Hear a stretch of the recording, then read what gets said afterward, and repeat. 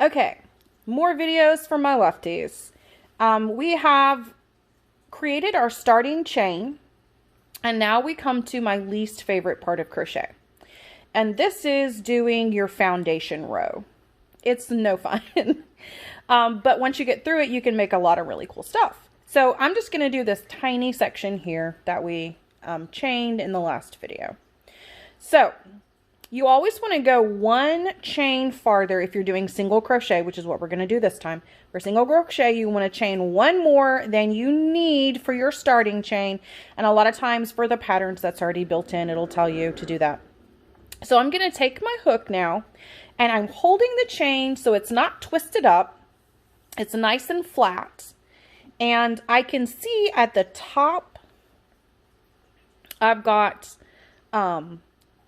there's like a loop, and then there's a middle loop, and there's a bottom loop. So you've got like 3 different loops for each chain. So what you're going to do is you're going to take from the back your hook, and you're going to insert it into the second chain, because see, I've got that extra chain that we skip. So we're going to go into our second chain from the hook, and I'm going to insert it into that so that I have 2 of those loops on the top and 1 loop on the bottom. Then I'm going to take my yarn and wrap it around my hook. So now I have my original loop, I have those 2 loops, and then I've wrapped it around again, and I'm gonna pull that, this is very awkward to do on camera, pull that through those 2 loops from the chain.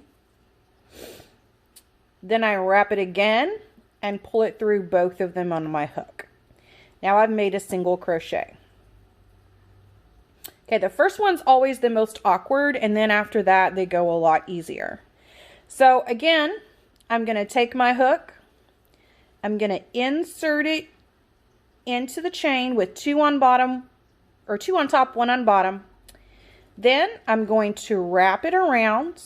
I'm going to rotate my hook so that it catches that yarn that I just wrapped. It's going to catch it, and it's going to pull it through. So now I have 2 loops on my hook. I'm going to wrap it again and then pull it through both. I'm going to do it again. I'm going to come from behind. I'm going to insert it through, pull my yarn over and wrap, not under, over, pull it through so that I have 2 loops, wrap it, pull it through. One more time. Insert it from behind, pull it over the top, wrap it. I'm going to rotate that hook so it catches that yarn I just wrapped. And notice I'm kind of holding this steady so it's not wibble wobbling all over the place on me. I'm going to pull it through till I have 2 loops on the hook. I'm going to come in, wrap it over again, and pull it through both. Now, I want you to take a look at how this should look. You can see I have nice, neat stitches going on now. We have so far made 4 stitches, including that very first one. I'm going to do this a few times so that you can watch it.